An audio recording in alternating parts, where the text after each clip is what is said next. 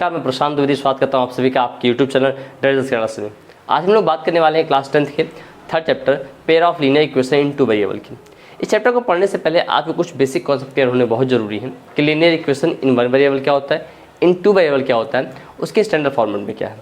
जैसे अगर मैं आपसे कहूँ आपने 9th में पढ़ रखा है linear equation in two variable, यानी आपके लीनियर इक्वेशन टू वेरिएबल में होते थे, तो अगर आप ध्यान दें उसके स्टैंडर्ड फॉर्म की तो आपको पता था कि उसका स्टैंडर्ड फॉर्म होता है बेटा, स्टैंडर्ड फॉर्म यानी जो एक माना डिसाइड कर दिया गया है वो होता है ax प्लस बी वाई और plus c is equal to 0। ये linear equation in two variable का स्टैंडर्ड फॉर्म होता है। स्टैंडर्ड फॉर्मेट आपको एक्सप्लेन करता है कि ए बी और सी तीनों रियल नंबर होने चाहिए। A b and c are real number, यानी रियल नंबर ही होंगे, इमेजिनरी नहीं कर सकते, आर रियल नंबर, ठीक। लेकिन एक बात और ध्यान रखिएगा हमेशा से कि रियल नंबर में 0 भी आता है, तो कभी भी ऐसा नहीं होगा कि ए और b, a and b both are 0, यानी दोनों क्या हो जाए 0 हो जाए, ऐसा एक साथ नहीं पॉसिबल है। ये दोनों एक साथ 0 हो जाए ये कभी पॉसिबल नहीं है। जैसे आपने देखा a x plus b y plus c is equal to 0 दिया गया है, तो कभी भी ऐसा नहीं होगा कि वहाँ ए भी 0 हो जाए और बी भी 0 हो जाए, दोनों 0 हो जाए, इसकी पॉसिबिलिटी नहीं होगी। ठीक है, ऐसा क्यों कह रहे हैं? मान लीजिए आपने इसको ए 0 कर दिया, ए एक्स हो गया, बी 0 कर दिया तो 0 वाई हो गया और plus c is equal to 0। तो अगर ये पूरा टर्म 0 हो गया तो यहाँ पे कांस्टेंट की वैल्यू केवल आ रही सी। अब कांस्टेंट में मान लीजिए आप 5 रखते हैं तब भी ये 0 इक्वल में नहीं आएगा। तो यानी ये दिक्कतें आपके साथ यहाँ पे आती हैं। कभी भी जब भी आप वैल्यू पुट कीजिए तो कभी भी आप इनकी एक्स ए और बी दोनों आपके 0 नहीं होंगे, ना तो कभी आपको ऐसा इक्वेशन मिलेगा। ठीक है, अब बात करते हैं आपके चैप्टर में एग्जैक्टली दिया क्या गया कहा गया है कि pair of linear equation in two variable पता करना है आपको, यानी दो रहेंगे, यानी एक जोड़े में आपको पता है 2 लाइनें होती हैं, तो आपको यहाँ पे 2 लेने हैं। तो अगर पेयर की बात की जाए तो ये हो जाएगा a1x और प्लस b1y और plus c1 is equal to 0।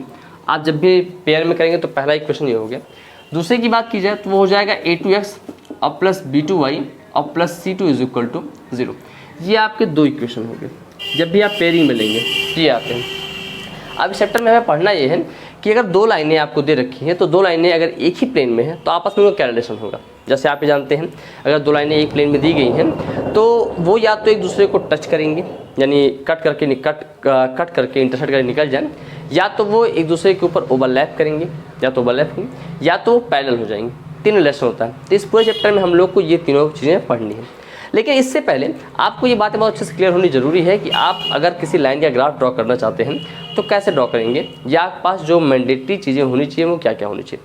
चलिए हम एक बार पहले से ग्राफ ड्रॉ करते हैं, इंट्रोडक्शन समझते हैं, किसी इक्वेशन कैसे सॉल्व करते हैं, और फिर हम लोग समझेंगे कि एक ही प्लेन में जो 2 लाइनें होंगी वो किस तरीके से आपस में रिलेट करेंगे।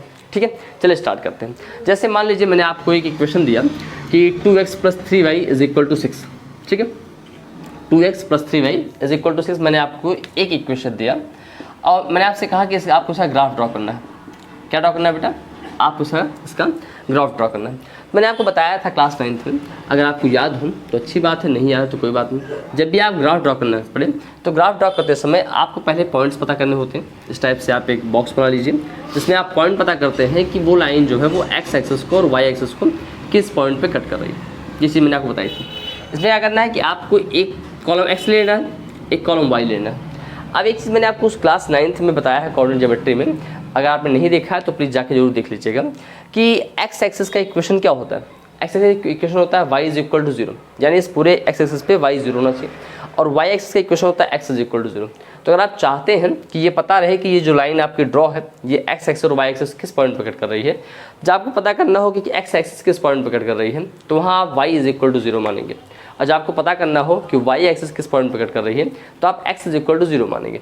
तो पहले हम x इज इक्वल टू यहाँ 0 रखते हैं बेटा, तो 2 इंटू 0 0 हो जाएगा और हो जाएगा आपका 3y is equal to 6, then y is equal to हो जाएगा 2।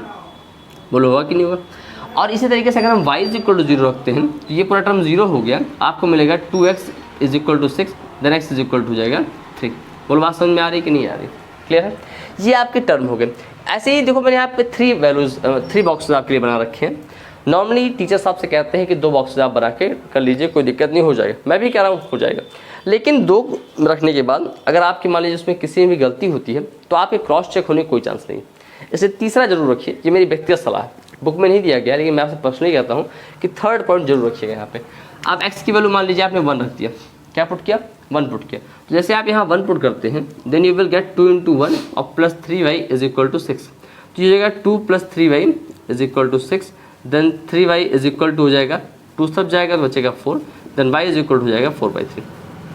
बोलो होगा कि नहीं होगा? ये कितना आ गया? y इज इक्वल टू हो गया आपका 4/3। इस तरीके से आपको वैल्यूज मिल जाती है, ठीक, 4/3। आप चाहे इसको डिस्काउंट में कर लीजिए, 3 × 3 हो गया, 3 × 9 यानी 1.33 के अप्रॉक्स में आपकी वैल्यू आ रही है, तो आपको ये पॉइंट मिल गया, ठीक।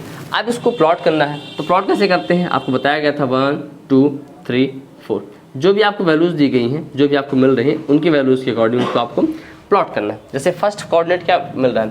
0,2 मिल रहा है, कितना मिला? 0 मिला, 2 मिला, यानी x पे 0 जाएंगे और y पे 2 जाएंगे, तो x पे 0 हो गया, x पे 0 और y पे 2 कहाँ गया? ये है ना बाबू, ये हो गया 0,2, तो आपका पहला पॉइंट हो गया। दूसरा आपको दिया गया 3,0, यानी x पे 3 हो गया और y पे 0 हो गया, तो ये हो गया 3,0। और फिर थर्ड पॉइंट दिया गया 1,4/3 यानी 1.33, यानी x पे 1 जाएंगे, x पे 1 गए और y पे 1.33 जाएंगे, यानी इससे आगे होगा। आप अप्रॉक्सीमेट वैल्यू यहाँ पे लेके मेजर कर लीजिए, तो यहाँ कहीं आएगा, तो ये हो जाएगा 1,4/3। बोलो हुआ कि नहीं हुआ? अब अगर आप इन तीनों लाइनों को मीट कराते हैं तो जो लाइन मीट कराती हुई जाएगी यही आपके लीनियर इक्वेशन को रिप्रेजेंट करेगी। बात आई समझ में? ये मैंने आपको एक लास्ट जो हम लोगों क्लास 9 में पढ़ा था उसका एक परिचय दिया कि आप कैसे ग्राफ ड्रॉ करते हैं, ठीक है। जब भी कभी आपको मिलेगा तो ग्राफ आप ऐसे ही ड्रॉ करेंगे। अब अगर मान लीजिए मैंने इसी में जो आपको ये दिख रहा है, इसी में मान लीजिए मैंने आपको एक दूसरा पॉइंट दिया, आपसे कहा कि x + 5y is equal to 11, क्या दिया? x + 5y is equal to 11 दीजिए। तो एक लाइन तो आपकी ग्राफ यहाँ ग्राफ में यानी प्लेन में ड्रॉ है, और दूसरी लाइन आपको फिर मिलती है, अगर वो भी इसी प्लेन में ड्रॉ होगी बेटा, तो या तो वो इसके पैरेलल होगी, या तो इंटरसेक्ट करेगी, या तो पैरेलल होगी, या तो फिर वो इंटरसेक्ट करेगी, या तो कंसाइड करेगी, तीन ही केस बनता है। तो यहाँ पेयर का मतलब आपको दूसरी लाइन यहाँ पे दे दिया है इन्होंने। अब यहाँ से जब आपको वैल्यू पुट करनी है तो पहले जैसे अभी तक आपने फर्स्ट वाले इक्वेशन के लिए वैल्यू निकाली, वैसे आप सेकंड वाले इक्वेशन के लिए ही वैल्यू निकालेंगे। अब वैल्यू निकाल के उसे प्लॉट करेंगे। चलिए देखते हैं उसको भी कैसे करना है। मैं इसे इरेज कर दे रहा हूँ, थोड़ा सा स्पेस आपको मिल जाएगा। बाकी आपको वैल्यूज रखना तो आप 9th में सीख ही गए होंगे कैसे रखते हैं, ठीक। अब आप यहाँ से देखिए, ये हो गया सेम वही काम, यहाँ x कर लिया, y कर लिया। अब ऐसा कोई हार्ड एंड फास्ट रूल नहीं है कि आप 3 निकालिए, आप 2 ही निकाल काम कर सकते हैं, ठीक है। ये x की वैल्यू कितनी है यहाँ पे? पहले हम पुट करेंगे 0। जैसे हमने x की वैल्यू 0 पुट की तो आप क्या मिल जाएगा? 0 + 5y इज इक्वल टू 11 मिल गया। अब 0 उस तक जाएगा नहीं, तो y इज इक्वल टू कितना हो गया? 11/5। 11/5 मतलब कितना हो गया? 2 पॉइंट कितना बचेगा भाई? 2.5 2 × 10, 2.2 बचेगा। बोलो होगा? तो ये y की वैल्यू कितनी आ गई? 2.2 आ गई। अब अगर यहाँ आप सपोज कीजिए y की वैल्यू आप 0 रखते हैं, क्या रखते हैं बाबू? y की वैल्यू 0 रखते हैं बाबू यहाँ पे, तो 5 × 0 0 हो गया, और x की वैल्यू कितनी आ गई? 11 आई। बोलो आया कि नहीं आया? ऐसे अगर आप x की वैल्यू 1 पुट करते हैं, क्या पुट करते हैं? x की वैल्यू 1 पुट करते हैं। जब ये 1 इस तरफ जाएगा सो 5y इज इक्वल टू 11 - 1 हो जाएगा, then y is equal to कितना बचेगा यहाँ पे? 10/5 यानी 2 बचेगा, ठीक। ऐसे आप वैल्यू सकते हैं, नहीं ले जाते आप 3 ले लीजिए, थोड़ा सा डिस्टेंस आपका मेंटेन रहेगा। 1 ले रहे हैं तो बहुत पास हो जा रहा है, 3 लेते हैं।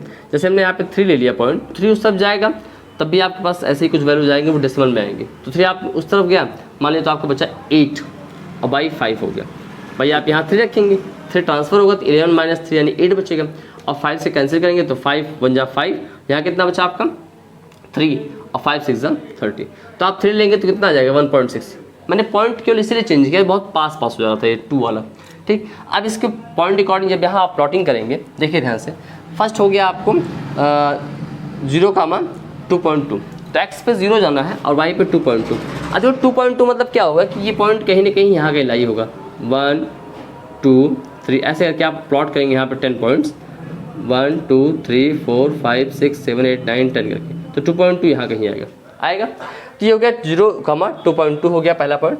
फिर दूसरा आ रहा है 11,0 यानी x पे 11 जाना है। ऐसे आप यहाँ देख रहे हैं, ऐसे इस पे पॉइंट आगे ले जाएंगे 1 2 3 4 5 6 7 8 9 10 11। तो ये पॉइंट आपकी जो लाइन होगी वो इस तरीके से कहीं ऐसे क्रॉस होती जाएगी, और जो आके इस पॉइंट को कहीं ना कहीं सेकेंड क्वाड्रेंट में कट कर रही है।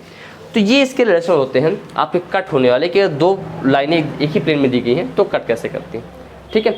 आई थिंक आपको समझ में आ रहा होगा कि 2 लाइनें एक प्लेन में दी गई हैं, तो उनका ग्राफ आपको अगर उनको आप एक ही ग्राफ में अगर प्लॉट करते हैं तो या तो वो कट करेंगे, या तो टच करेंगे, या तो इंटरसेक्ट करेंगे। हाँ, तो ये रहा आपका इंट्रोडक्शन आपके इस चैप्टर का।